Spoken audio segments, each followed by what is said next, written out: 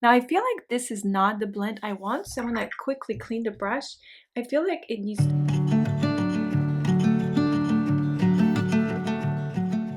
Hi friends, welcome to this class. So we are going to paint this egg. How we're going to paint it? We're going to wet the egg, and then we're going to apply colors wet on wet. So I am going to grab my flat 24 songbird brush. This is a cold press paper, but it's not true cold press. This paper has no texture basically. It feels like there's a texture, but you quickly realize the paper feels like hot press. This is Lana Aquarelle, I think. It's a very similar, almost identical to the collection Cold Pressed.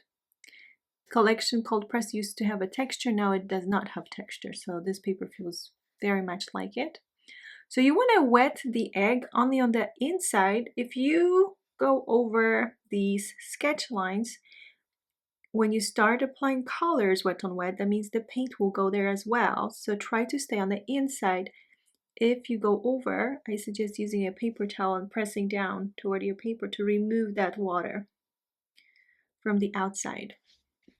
It's so easy to misshape it, but I know you can do it. Just focus on wetting it and wet it for like 2 minutes. I'm going to, let's see, do I need this brush actually for this part? Yeah, I should use this brush. Okay, this is my Imidazzalone Yellow. Some of the eyes are, the yellow ochre, some quacridone red. The idea is you don't try to mix these colors too much on the palette. It's a very quick blend. As a matter of fact, I need to flip it. This is what it looks like on a computer screen, not the other way around. So I started adding color. I'm glad I saw that because this area is kind of lighter. So more so of that Imidazzalone Yellow.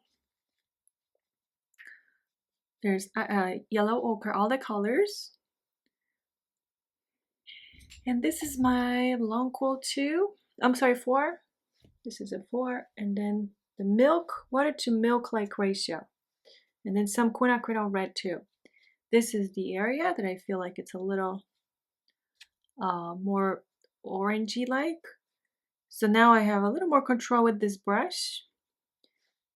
But it is important to keep things a little like lighter. It's a light value, but even lighter on the toward the edges here and here. I need light. So in a second, I'm going to show you a little trick. We're going to squish the brush, make it kind of flat, like a damp brush. And then we can splatter some paint in a second, but this is too wet. Let's wait maybe a minute, maybe 2, and then we can splatter a little bit of that paint. It's going to be, let's say, heavy cream-like ratio between water and paint of Van Dyke Brown, some burnt sienna, quinacridone red. I'm going to use this brush. This is a mini mop 1/8 size Princeton's Velvet Touch. It's a very old brush I have, and I always been using this. If you don't have it, I'll give you a little trick.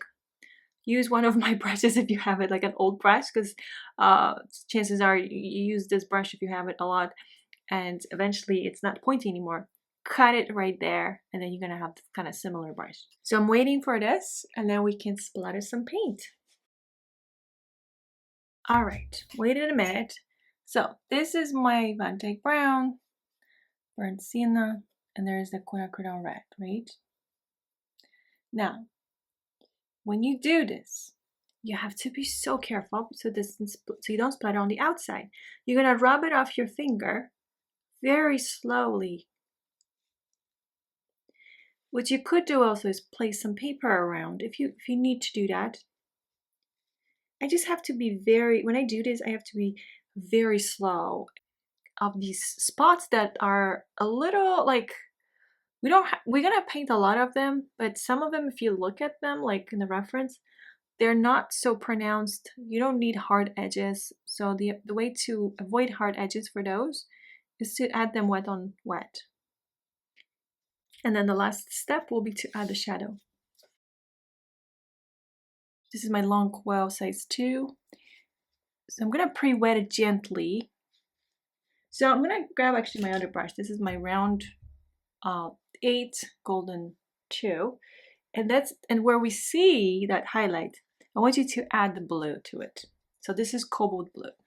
Add like a milk-like ratio of the blue. Now with that same brush, don't bother about cleaning it.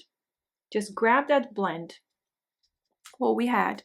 So this is the burnt sienna, some of the quinacridone red. You can add more yellow if you feel like parts need to be more yellowish. I'm just mixing colors as I go. So every time you grab colors from your palette, you change the ratios between the colors. So this brown that I just grabbed has more of the red now.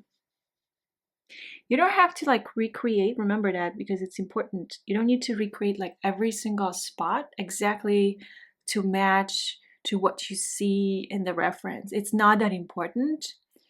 When you look at my first test piece, it's all completely different basically. So you don't need to, except for the big one, you don't need to worry about it, okay? Mixing the colors and adding more and more to that blend. I grab more blue now. So the idea is you mix colors on your paper mostly. Now I feel like this is not the blend I want, so when I quickly clean the brush, I feel like it needs to be like more orange-like, I'd say. So I'm grabbing more of the ISO yellow now, imidazolone yellow, and I'm going for this bigger, not big, but bigger spot here. So again, like if one area has dried and then you go back to add more, you might create a bloom. So it doesn't become too light. So I just grab more of the phthalo blue, and here I get very easily sidetracked. And actually for me, it's very easy to go over the sketch lines. I have to remind myself constantly and to stay focused. And then I'm going to go back here with that cobalt blue. I kind of like the shade because it shows it's kind of like out of focus and lighter. Use the tip of your brush. You need to make sure your brush has a nice fine point because that will guide you a lot. Like that, you need that basically to create nice shapes and also to not go over the sketch lines. All right, my friends, so that's the one from the class, the egg, and here's the test piece. I know it's hard to see it like because I can't show it next to each other, but I do like the shadow here better, to be honest, because of that yellow. This one is pretty too. It's kind of more accurate, I'd say, like to what I see. But either way, it works, the shadow. So the last thing I would do, sometimes I remove the sketch lines. Maybe over here, once everything is 100% dry, I'll remove a little bit. But other than that, that's it for this class. And please let me know if you have any questions. Thank you.